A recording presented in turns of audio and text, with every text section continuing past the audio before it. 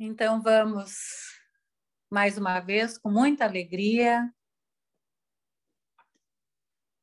neste encontro, vamos relaxar, respirar fundo, puxando suavemente o ar, segurando um pouquinho e soltando suavemente. Vamos fazer esse exercício para o aqui e agora, sentir a nossa presença neste momento para este estudo que é muito importante.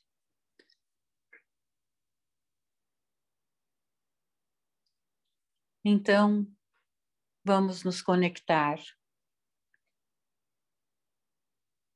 com os benfeitores espirituais, os irmãos de luz.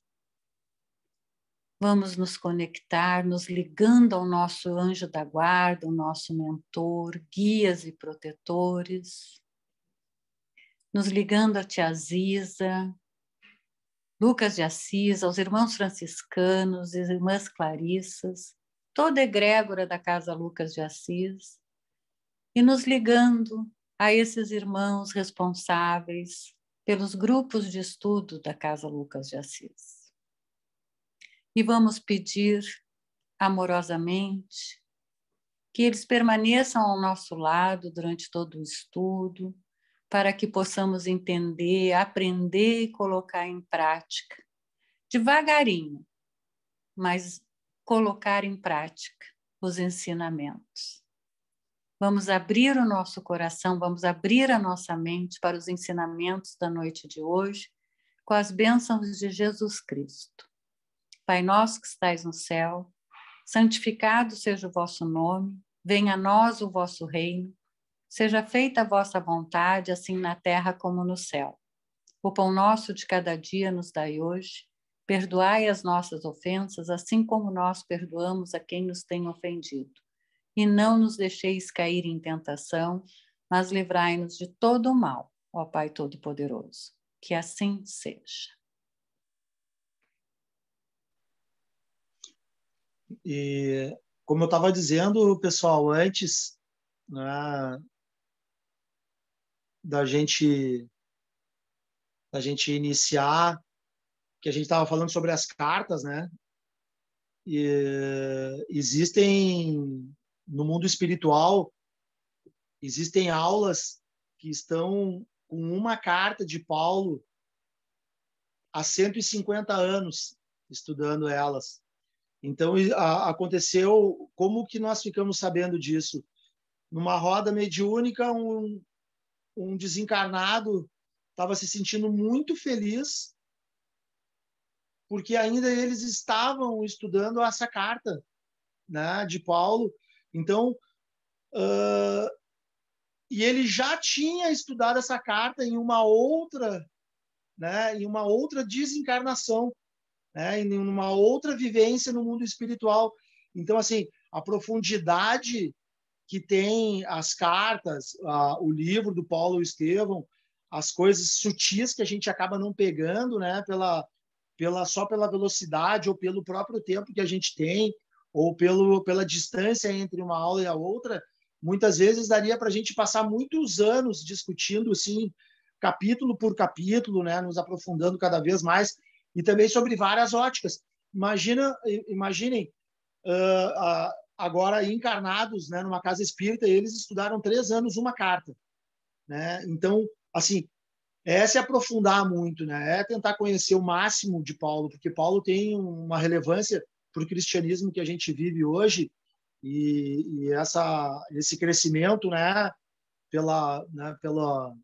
pelas mãos de Jesus, né, que encaminhou tudo isso, e pela Abigail e o Gesiel, né, que é muito forte, né? Então ele teve um caminho muito moldado, né? Então ele era um cara muito preparado a isso, né? Então esse livro ele tem um conteúdo assim, uma profundidade muito grande. Então é só esse o comentário assim que eu queria fazer, né, antes da gente começar. Então agora tudo com a Flavinha aí.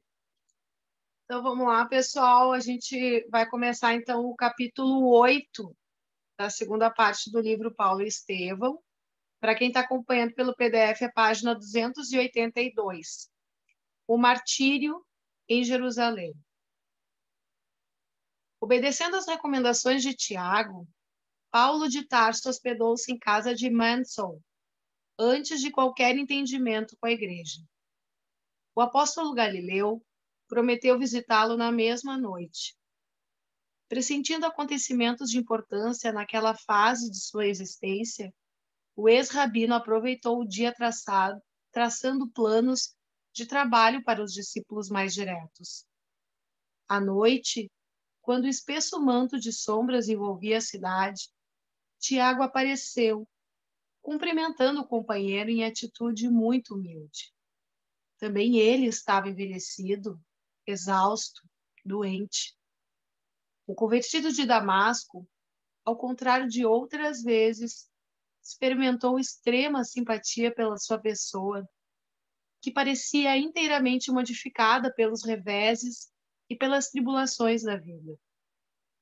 Trocadas as primeiras impressões relativamente às viagens e aos feitos evangélicos, o companheiro de Simão Pedro pediu ao ex-rabino lhe marcasse lugar e hora em que pudessem falar mais intimamente. Paulo atendeu de pronto, seguindo ambos para um aposento particular. O filho de Alfeu começou explicando o motivo de suas graves apreensões. Havia mais de um ano que os rabinos Eliaquim e Enoque deliberaram reviver os processos de perseguições iniciados por ele, Paulo, quando da sua movimentada gestão no Sinédrio. Alegaram que o antigo doutor incidira nos sortilégios e feitiçarias da espúria grey, comprometendo a causa do judaísmo, e não era justo continuar tolerando a situação, tão somente porque o doutor Tarsense perdera a razão no caminho de Damasco. A iniciativa ganhara enorme popularidade nos círculos religiosos de Jerusalém, e o maior instituto legislativo da raça, o Sinédrio, aprovou as medidas propostas. Reconhecendo que a obra evangelizadora de Paulo produzia maravilhosos frutos de esperança em toda parte, conforme as notícias incessantes de todas as sinagogas das regiões por ele percorridas, o grande tribunal começou por decretar a prisão do apóstolo dos gentios. Numerosos processos de perseguição individual, deixados a meio por Paulo de Tarso, quando de sua inesperada conversão, foram restaurados. E o que era mais grave, quando falecidos os réus, era a pena aplicada aos descendentes, que assim eram torturados, humilhados, desonrados. O ex-rabino tudo ouvia calado, estupefato. Tiago prosseguia, esclarecendo que tudo fizera por atenuar os rigores da situação, mobilizar influências políticas ao seu alcance, conseguindo atenuar umas tantas sentenças mais iníquas. Não obstante o banimento de Pedro, procurou manter os serviços de assistência aos desvalidos, bem como a colônia de serviço, fundada por inspiração do convertido de Damasco, e na qual os convalescentes e desamparados encontravam um precioso ambiente de atividade remunerada e pacífica.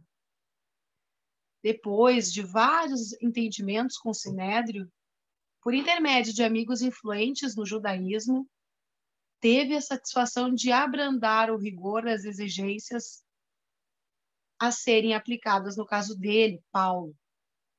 O ex-doutor de Tarso ficaria com liberdade de agir, poderia continuar propugnando suas convicções íntimas, daria, porém, uma satisfação pública aos preconceitos de raça, atendendo aos quesitos que o Sinédrio lhe apresentaria por intermédio de Tiago, que se mostrava seu amigo.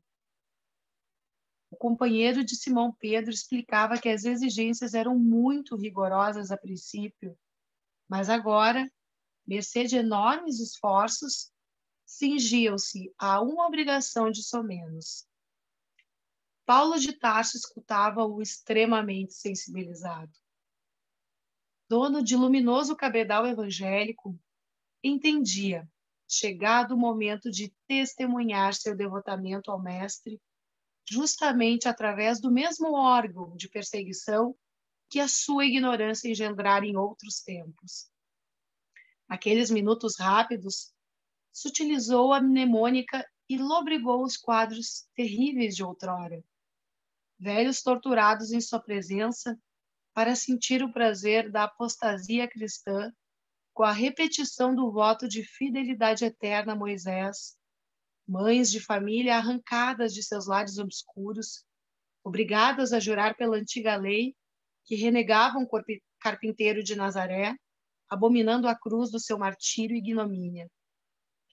Os soluços daquelas mulheres humildes, que abjuravam da fé porque se viam feridas no que possuíam de mais nobre, o instinto maternal, chegavam agora a seus ouvidos como brados de angústia, clamando resgates dolorosos. Todas as cenas antigas desdobravam-se-lhe na retina espiritual, sem omissão do mais insignificante pormenor. Moços robustos, arrimos de famílias numerosas, que saíam mutilados do cárcere, jovens que pediam vingança, crianças que reclamavam os pais encarcerados, intestando as revocações encapeladas, passou ao quadro da morte horrível de Estevão, com as pedradas e com os insultos do povo. Reviu Pedro e João abatidos e humildes, à barra do tribunal como se fossem malfeitores e criminosos. Agora, ali estava ele perante o filho de Alfeu, que nunca o compreendera de forma integral, a falar-lhe em nome do passado e em nome do Cristo, como a concitá-lo ao resgate de suas derradeiras dívidas angustiosas. Paulo de Tarso sentiu que uma lágrima lhe apontava nos olhos, sem chegar a cair. Que espécie de tortura lhe estaria reservada? Quais as determinações da autoridade religiosa a que Tiago se referia com evidente interesse? Quando o companheiro de Simão fez uma pausa mais longa, o ex-rabino perguntou, muito comovido: que pretendem eles de mim? O filho de Alfeu fixou nele os olhos serenos e explicou. Depois de muito relutarem, os israelitas congregados em nossa igreja vão pedir-te apenas que pagues as despesas de 4 homens pobres, que fizeram voto de Nazireu, comparecendo com eles no templo durante 7 dias consecutivos, para que todo o povo possa ver que continuas bom judeu e leal filho de Abraão. À primeira vista, a demonstração poderá parecer pueril. Entretanto, colima, como vês, satisfazer a vaidade farisaica. O ex-rabino fez um gesto muito seu quando contrariado e replicou: pensei que o sinédrio ia exigir minha morte. Tiago compreendeu quanto de repugnância transbordava de semelhante observação e objetou: bem sei que isso te repugna, e contudo insisto para que acedas, não por nós propriamente, mas pela igreja e pelos que de futuro nos hajam de secundar. Isso obtemperou Paulo com enorme desencanto. Não representa nobreza alguma. Essa exigência é uma ironia profunda e visa reduzir-nos a crianças de tão fútil que é. Não é perseguição, é humilhação. É o desejo de exibir homens conscientes como se fossem meninos volúveis e ignorantes. Tiago, porém, tomando uma atitude carinhosa que o ex-rabino jamais lhe surpreendera em qualquer circunstâncias da vida, falou com extrema ternura fraternal, revelando seu companheiro surpreendido por outro prisma. Sim, Paulo, compreendo tua justa versão. O sinédrio com isso pretende achincalhar nossas convicções. Sei que a tortura na praça pública te doeria menos. Entretanto, supões que isso não represente para mim uma dor de muitos anos? Acreditarias acaso que minhas atitudes nascessem de um fanatismo inconsciente e criminoso? Compreendi muito cedo, desde a primeira perseguição, que a tarefa de harmonização da igreja com os judeus estava mais particularmente em minhas mãos. Como sabes, o farisaísmo sempre viveu numa exuberante ostentação de hipocrisia, mas convenhamos também que é o partido dominante tradicional das nossas autoridades religiosas. Desde o primeiro dia, tenho sido obrigado a caminhar com os fariseus muitas milhas para conseguir alguma coisa na manutenção da Igreja do Cristo. Fingimento? Não julgues tal. Muitas vezes o Mestre nos ensinou na Galileia que o melhor testemunho está em morrer devagarinho, diariamente, pela vitória da sua causa. Por isso mesmo, afiançava que Deus não deseja a morte do pecador, porque é na extinção de nossos caprichos de cada dia que encontramos a escalada luminosa para ascender a seu infinito amor. A atenção que tenho dedicado aos judeus é gêmea do carinho que consagra aos gentios. A cada um de nós confiou Jesus uma tarefa diferente na forma, mas idêntica no fundo. Se muitas vezes tenho provocado falsas interpretações das minhas atitudes, tudo isso é mágoa para o meu espírito habituado à simplicidade do ambiente galileu. De que nos valeria o conflito destruidor quando temos grandiosos deveres a cuidar? Importa-nos saber morrer para que nossas ideias se transmitam e floresçam nos outros. As lutas pessoais, ao contrário, estiolam as melhores esperanças. Criar separações e proclamar seus prejuízos dentro da Igreja do Cristo não seria exterminarmos a planta sagrada do Evangelho por nossas próprias mãos? A palavra de Tiago toava imantada de bondade e sabedoria e valia por consoladora revelação. Os galileus eram muito mais sábios que qualquer dos rabinos mais cultos de Jerusalém. Ele, que chegara ao mundo religioso através de escolas famosas, que tivera sempre na mocidade a inspiração de um Gamaliel, admirava agora aqueles homens aparentemente rústicos, vindos das choupanas de pesca, que em Jerusalém alcançavam inesquecíveis vitórias intelectuais, somente porque sabiam calar quando oportuno, aliando à esperança da vida uma enorme expressão de bondade e renúncia à afeição do Divino Mestre. O convertido de Damasco entreviu o filho de Alfeu por um novo prisma. Seus cabelos grisalhos, o rugoso e macilento rosto, falavam de trabalhos árduos e incessantes. Agora percebia que a vida exige mais compreensão do que conhecimento.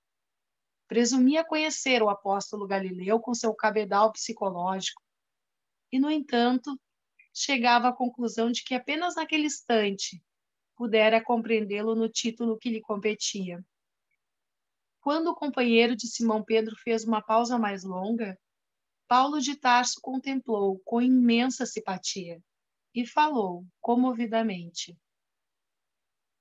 Vejo que tens razão, mas a exigência requer dinheiro. Quanto terei de pagar pela sentença? Segregado e distante do judaísmo há muitos anos, ignoro se os cerimoniais sofreram alterações apreciáveis. Os preceitos são os mesmos, respondeu Tiago, já que serás obrigado a te purificares com eles. E segundo as tradições, custearás a compra de 15 ovelhas, além dos comestíveis preceituais. É um absurdo, objetou o apóstolo dos gentios. Como sabes, a autoridade religiosa exige de cada nazireu 3 animais para os serviços da consagração. Dura exigência, disse Paulo comovido. No entanto, replicou Tiago com um sorriso, nossa paz vale muito mais do que isso. E além dela, somos obrigados a não comprometer o futuro do cristianismo. O convertido de Damasco descansou o rosto na mão direita por longo tempo, dando a perceber a amplitude de suas meditações, e acabou falando, em diapasão que traía sua enorme sensibilidade. Tiago, como tu mesmo, atingi hoje um nível mais alto de compreensão da vida. Entendo melhor os teus argumentos. A existência humana é bem uma ascensão das trevas para a luz.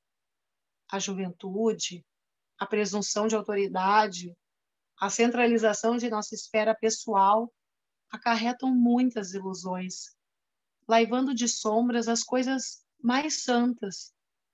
Assiste-me o dever de curvar-me às exigências do judaísmo, consequentes de uma perseguição por mim próprio, iniciada em outros tempos. Deteve-se evidenciando dificuldade para confessar-se plenamente, mas tomando uma atitude mais humilde, como quem não encontra outro recurso, prosseguiu quase tímido. Nas minhas lutas, nunca me presumi vítima, considerando-me sempre como antagonista do mal. Só Jesus, em sua pureza e amor imaculados, podia alegar a condição de anjo. Ai, perdeu aqui. Só um pouquinho, pessoal. Que rodou aqui o... Estava na 284. Só um pouquinho, pessoal, que rodou aqui o... Não, é mais pra frente. Não. Que rodou aqui o celular.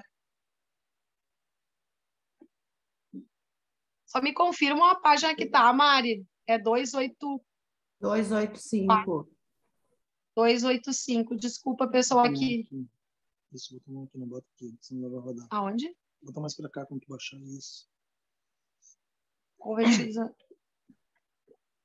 Tá, agora tá, já achei. Vou repetir aqui. Desculpa, pessoal, aqui rodou aqui o celular.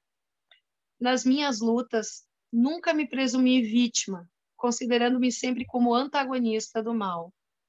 Só Jesus, em sua pureza e amor imaculados, podia alegar a condição de anjo vitimado por nossa maldade sombria.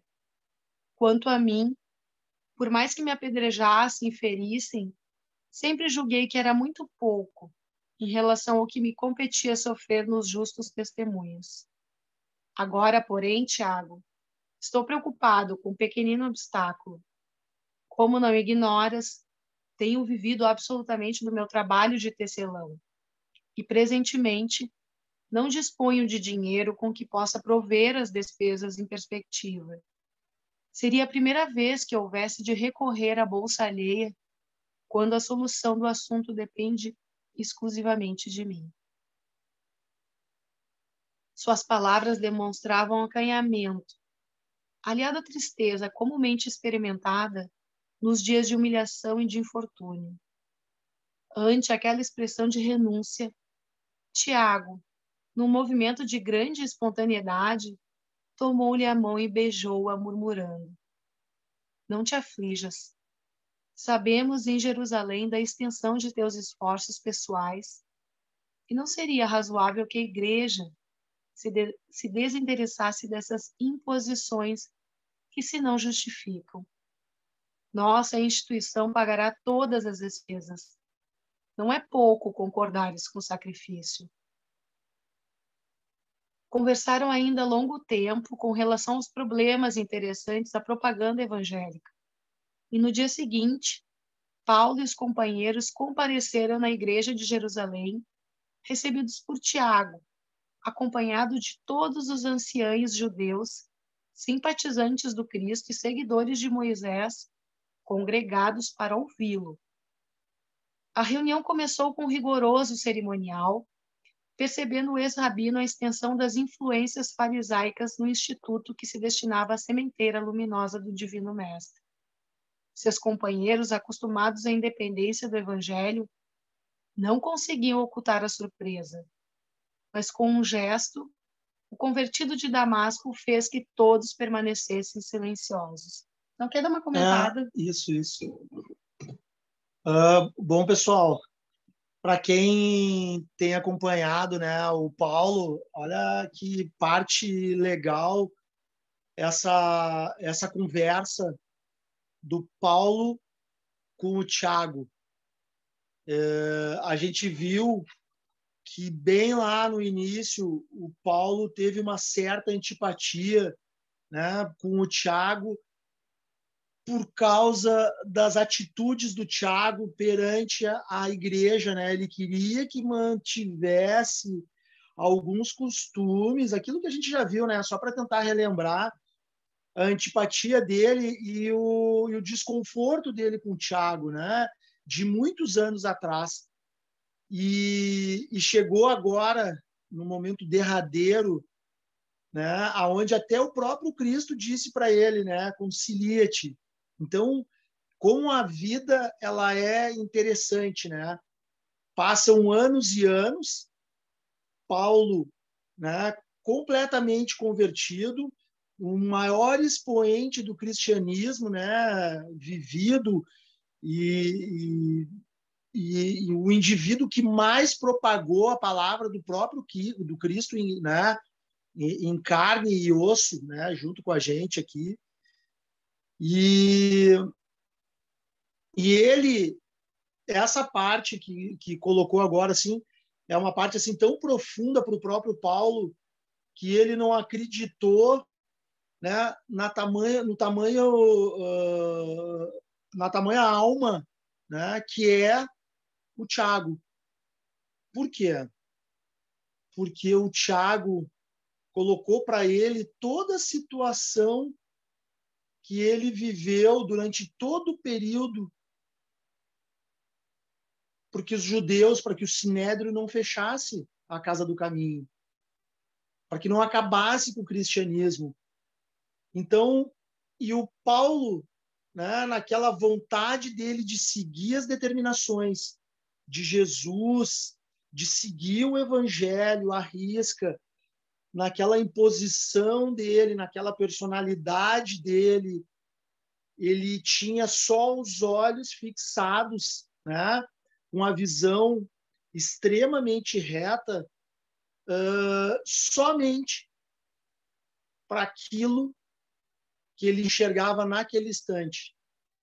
E Tiago, nesse momento, colocou para ele todo o sofrimento que ele teve, né, para que pudesse ser mantida a igreja até o momento.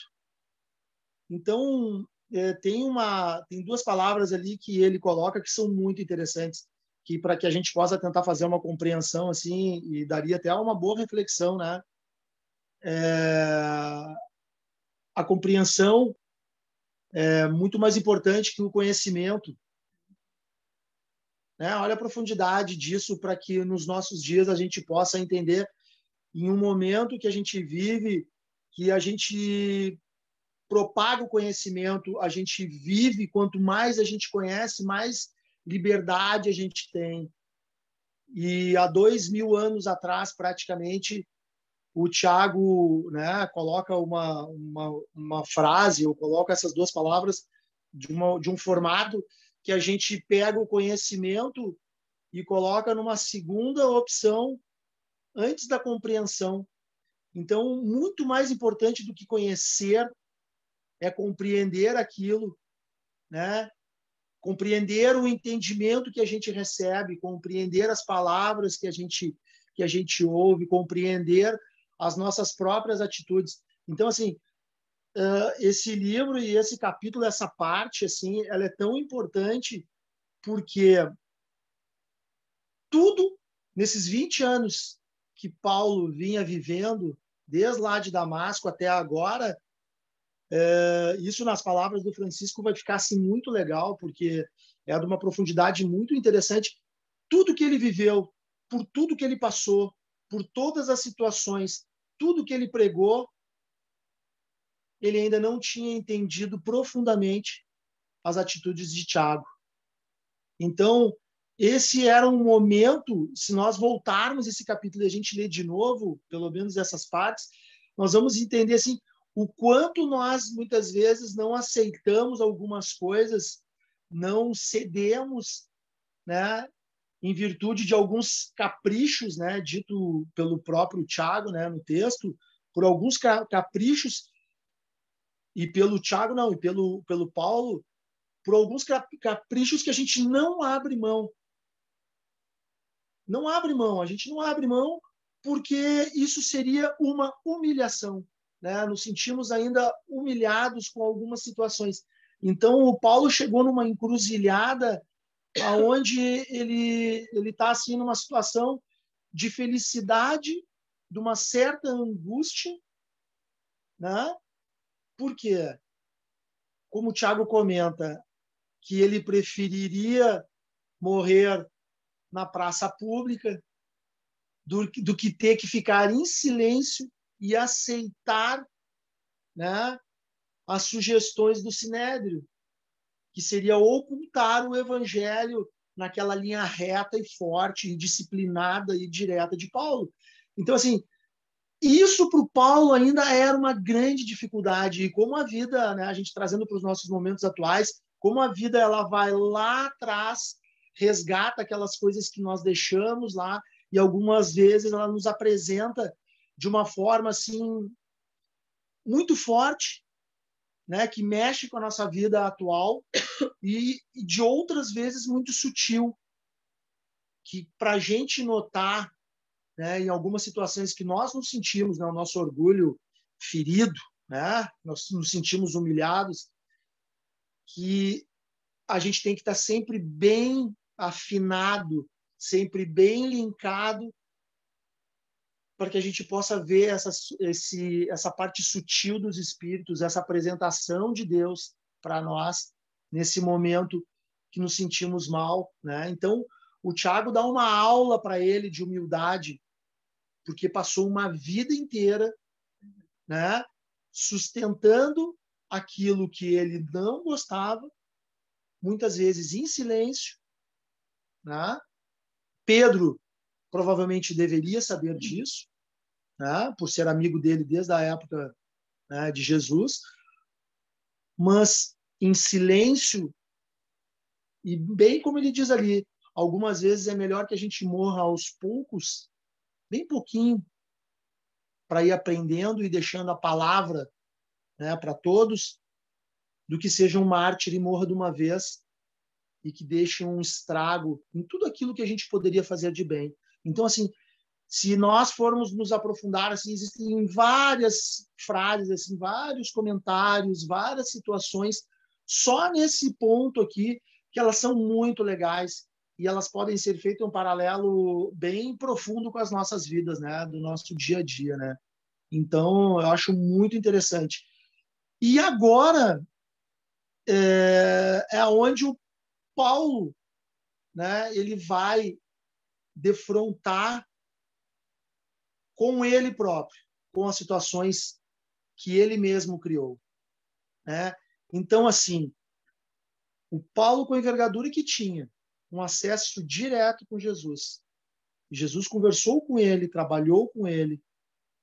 Paulo curou pessoas, converteu uma infinidade, né? Como eu costumo dizer, se nós estamos aqui hoje discutindo alguma coisa, ou tendo centro espírita, ou tendo igrejas católicas, ou evangélicas, aonde tem um pouquinho de Cristo, tem um pouquinho de Paulo, né? Que trabalhou incessantemente durante a existência, durante essa existência, essa segunda parte da existência dele, para que nós estivéssemos hoje aqui, tentando nos aprofundar e tendo esse conhecimento, né, das palavras que o Cristo passou para ele, que ele esteve muito bem assessorado, né, e encaminhado.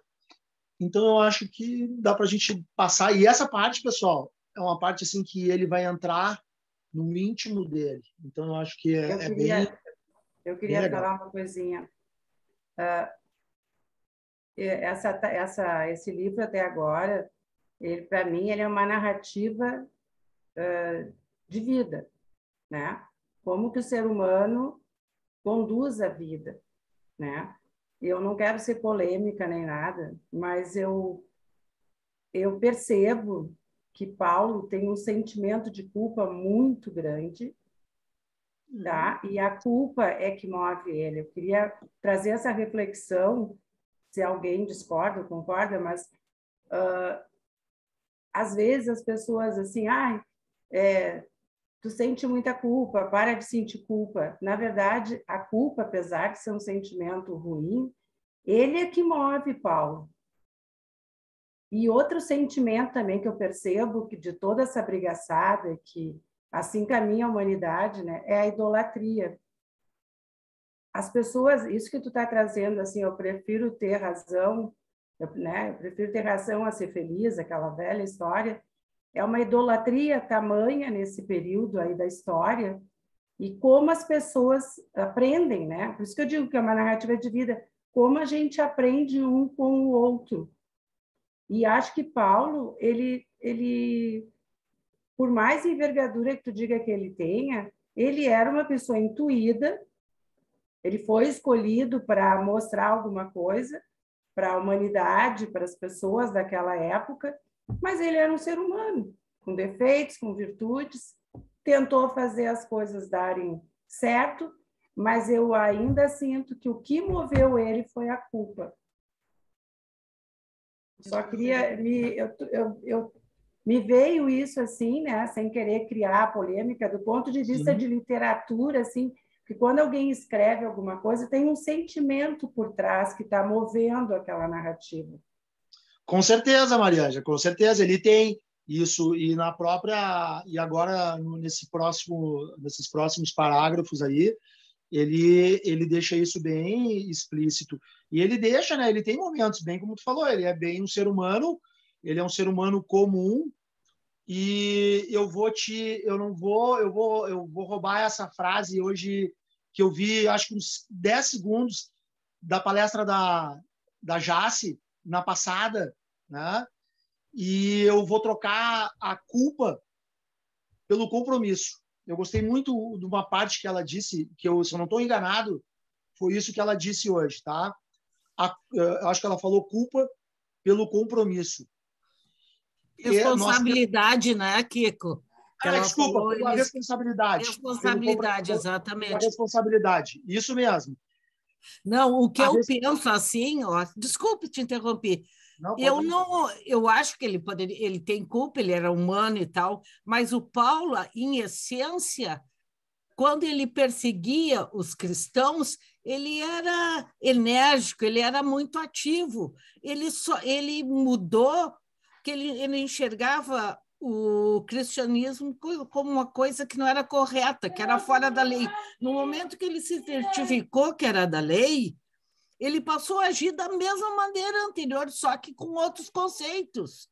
Ele viu que estava errado e ele aceitou que estava errado e não ficou pensando, culpa minha, não sei o quê, naquela coisa que às vezes a gente se paralisa na culpa, e assumiu a responsabilidade com a energia que ele já tinha antes de fazer tudo que fez.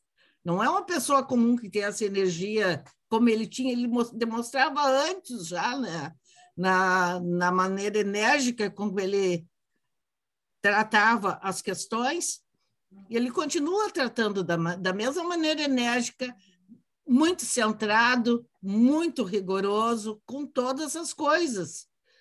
Então, claro que ele tinha sentimento de culpa, tinha conhecimento que ele não era perfeito, que ele tem, inclusive, frases dele que ele diz, né? Eu não gostaria de estar pensando isso, que está errado. Quer dizer, ele tinha todas essas consciências. Era muito iluminado. Ele é uma pessoa muito especial. É assim que eu penso. É bem assim mesmo.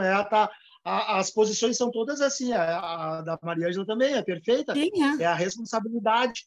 A responsabilidade. Ele não teve tempo de lamentação. Ele é um espírito realmente diferenciado. Ele não se dá o luxo de ficar alguma existência, entendeu? Lamentando aquilo que já aconteceu. Ele tomou uma atitude imediata de reparação. Isso é o grande legado dele. Ele continuou enérgico, tanto que ele passou 3 anos no deserto, né? Tentando se moldar aquilo que, né? Aquilo naquela nova etapa dele, para que ele não cumprisse da mesma forma. Tanto que ele perdeu, né, o discurso eloquente, aquele bonito.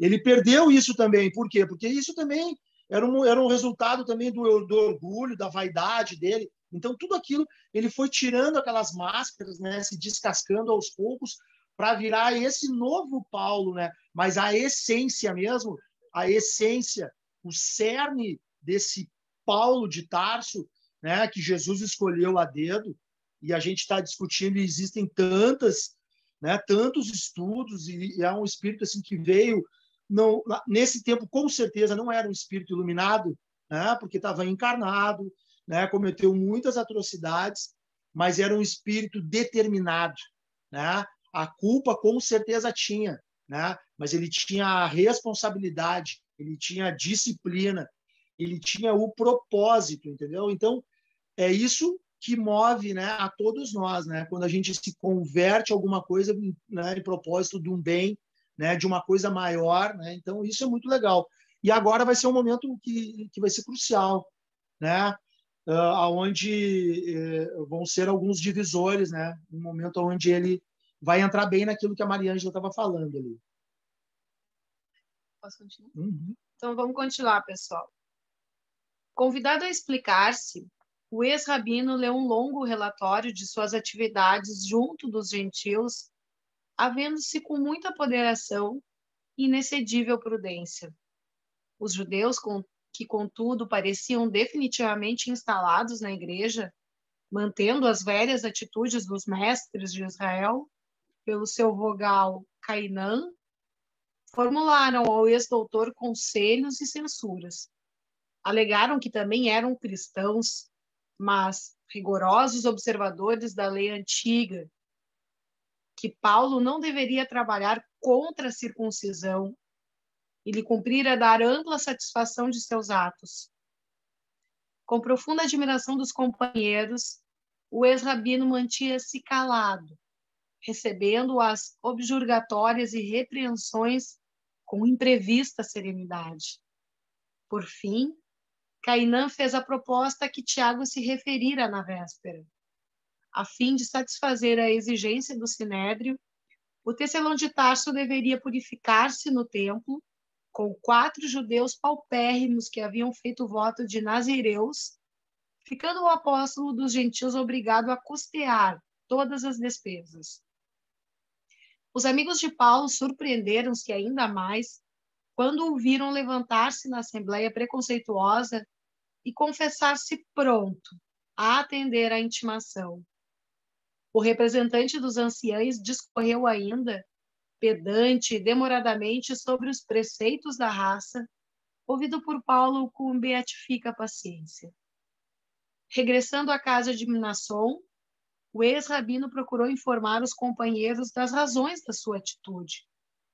Habituados a acatar-lhe as decisões confiadamente, dispensaram-se de perguntas quiçá supérfluas, mas desejavam acompanhar o apóstolo ao templo de Jerusalém para experimentarem alguma coisa da sua renúncia sincera com relação ao futuro do evangelismo.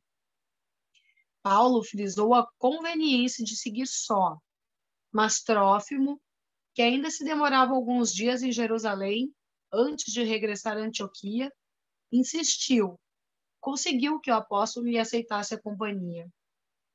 O comparecimento de Paulo de Tarso no templo, acompanhando quatro irmãos de raça em mísero estado de pobreza, a fim de que com eles purificar-se e pagar-lhe as despesas do voto, causou enorme sensação em todos os círculos do farisaísmo.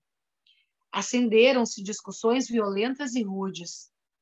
Assim que viu o ex-rabino humilhado, o sinédrio pretendia impor sentenças novas. Já não lhe bastavam as imposições anteriores. No segundo dia da santificação, o movimento popular crescera no templo em proporções assustadoras.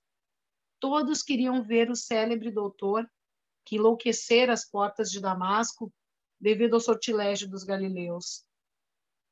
Paulo observava a efervescência do cenário em torno da sua personalidade e pedia a Jesus não lhe faltasse com as energias suficientes.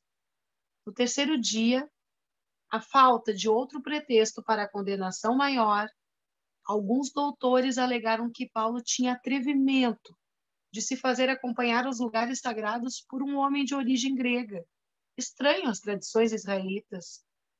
Trófimo nascera em Antioquia, de pais gregos, tendo vivido muitos anos em Éfeso. Entretanto, apesar do sangue que lhe corria nas veias, conhecia os preceitos do judaísmo e portava-se nos recintos consagrados ao culto com inexcedível respeito. As autoridades, contudo, não quiseram ponderar tais particularidades. Era previsto condenar Paulo de Tarso novamente, haviam de fazê-lo a qualquer preço. O ex-rabino percebeu a trama que se delineava e rogou ao discípulo não mais o acompanhasse ao Monte Moriá, onde se processavam serviços religiosos. O ódio farisaico, porém, continuava a fermentar. Na véspera do último dia da purificação judaica, o convertido de Damasco compareceu às cerimônias com a mesma humildade. Logo, porém, que se colocou em posição de orar ao lado dos companheiros, alguns exaltados o cercaram com expressões e atitudes ameaçadoras. Morte ao desertor! Pedras à traição! Gritou uma voz estentórica, abalando o recinto. Paulo teve a impressão de que esses brados eram a senha para maiores violências, porque imediatamente estourou uma gritaria infernal. Alguns judeus frementes agarraram-no pela gola da túnica, outros travaram-lhe os braços violentamente, arrastando-o para o grande pátio reservado aos movimentos do grande público. Pagarás teu crime, diziam uns. É necessário que morras. Israel se envergonha de tua presença no mundo, bradavam outros mais furiosos. O apóstolo dos gentios entregou-se sem a mínima resistência. Num relance, considerou os objetivos profundos de sua vinda a Jerusalém, concluindo que não fora convocado tão só para a obrigação pueril de acompanhar ao templo 4 irmãos de raça desolados na sua indigência.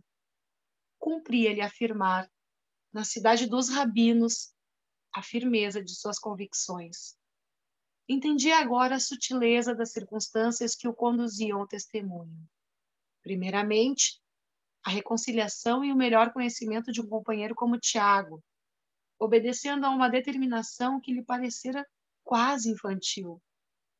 Em seguida, o grande ensejo de provar a fé e a consagração de sua alma a Jesus Cristo.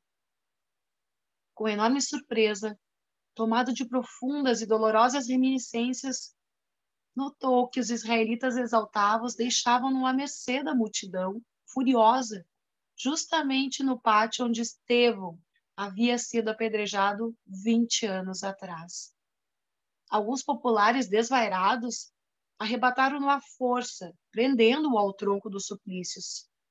Engolfado nas suas lembranças, o grande apóstolo mal sentia os bofetões que lhe aplicavam. Rápido, arregimentou as mais singulares reflexões.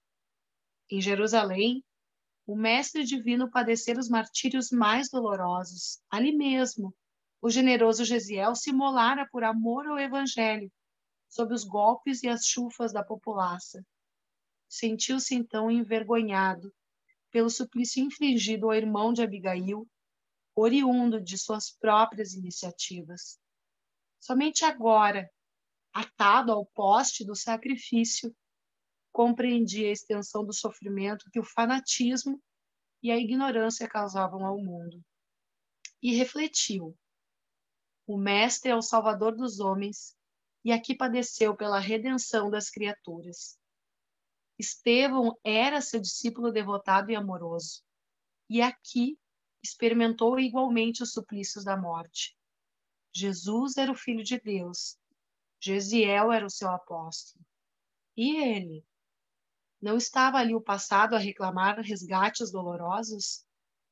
Não seria justo padecer muito, pelo muito que martirizar os outros?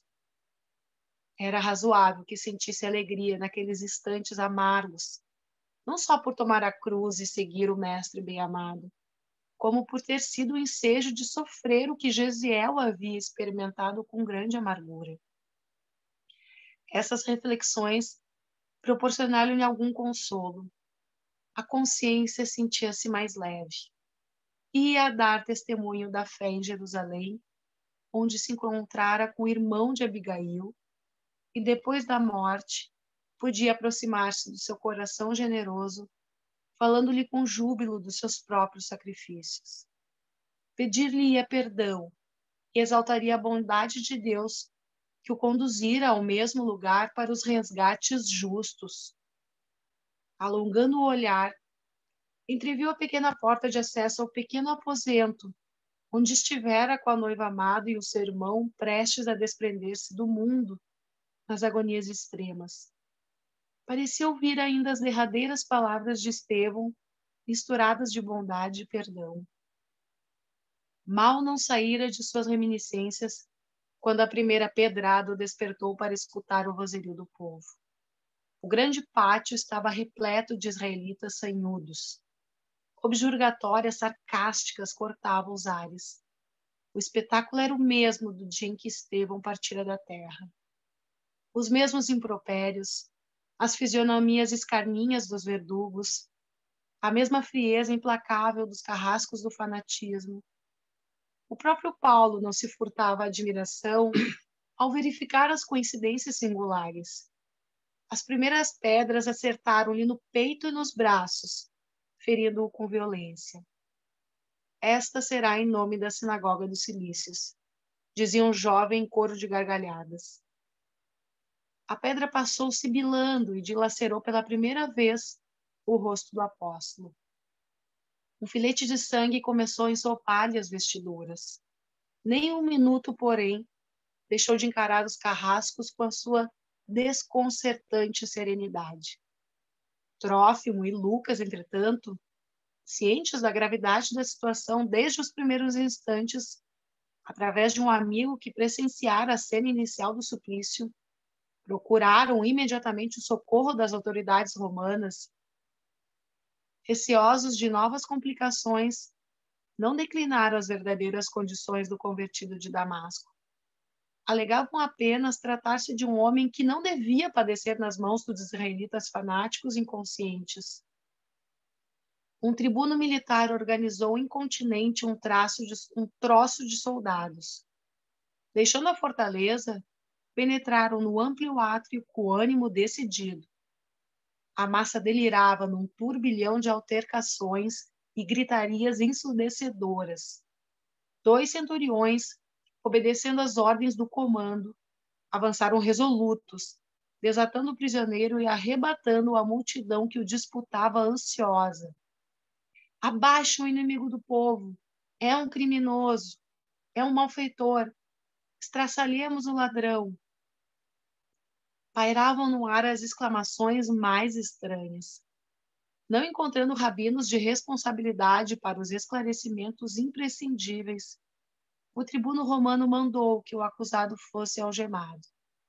O militar estava convencido de que se tratava de perigoso malfeitor que de há muito se transformara em terrível pesadelo dos habitantes da província. Não encontrava outra explicação para justificar tanto ódio. Quer parar aqui? Dá para a gente dar uma paradinha, né, antes de terminar.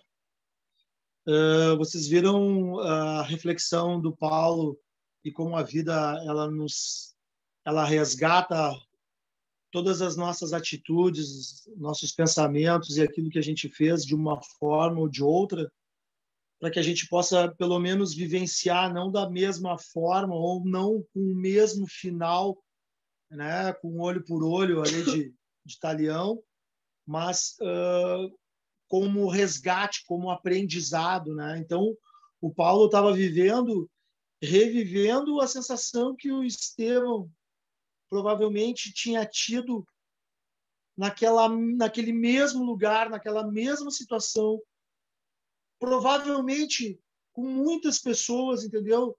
Com os mesmos impropérios. Então, assim, é muito as situações que nos rodeiam, né, nesse mundo, elas são muito parecidas, né? Muito parecidas. E mesmo assim, em algum momento ele se sentiu grato, né? Ele se sentiu aliviado, tá? Por ter tido aquela sensação e ter visto, né, de um outro prisma o que ele mesmo tinha feito e o quanto ele estava longe, né, de uma espiritualidade, de um conhecimento onde ele achava, né, a surpresa dele é que ele tinha certeza que a situação dele, né, anterior era a correta.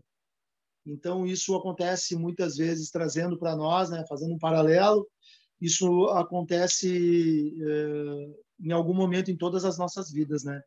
Então, por isso que esse livro ele coloca assim as nossas vidas sempre em xeque, né? O porquê que nós sofremos algumas coisas, aonde nós muitas vezes nos revoltamos e não nos resignamos, né? Por falta de compreensão, como falou o Tiago anteriormente. E porque não agradecemos, né? Hã? E não agradecemos, né, Kiko? Não agradecemos. A oportunidade, porque isso, assim, ó, de um jeito particular, eu vejo assim que quem vive mais, né? Vou dar um exemplo assim de coisas que hoje eu vivo, e digo, bah, minha mãe, me lembro disso quando a minha mãe falava, eu sentia, né?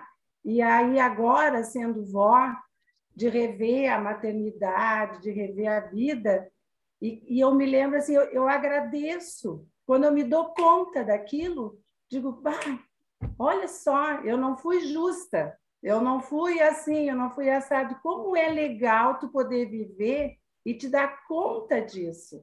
E poder agradecer que tu está finalmente aprendendo, porque nós vivemos para aprender.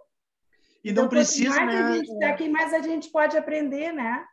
Sim, e não precisa ser uma grande situação, uma Não. coisa assim extremamente. São pequenas coisas durante a vida, assim, que a gente vai se dando conta, né?